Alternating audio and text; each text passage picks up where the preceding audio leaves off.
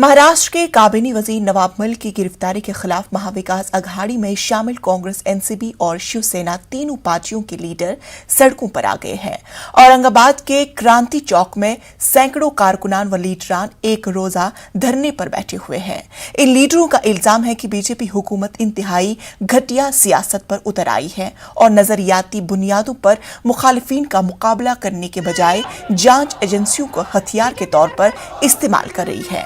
इस धरने में वजीर आजम नरेंद्र मोदी के खिलाफ जबरदस्त नारेबाजी की गई और मोदी को आरएसएस का कठपुतली बताया गया। मुजाहिरीन ने नवाब मलिक की गैर मशरूत बाइज्जत रिहाई का मुतालबा किया। सरकार हमसे डरती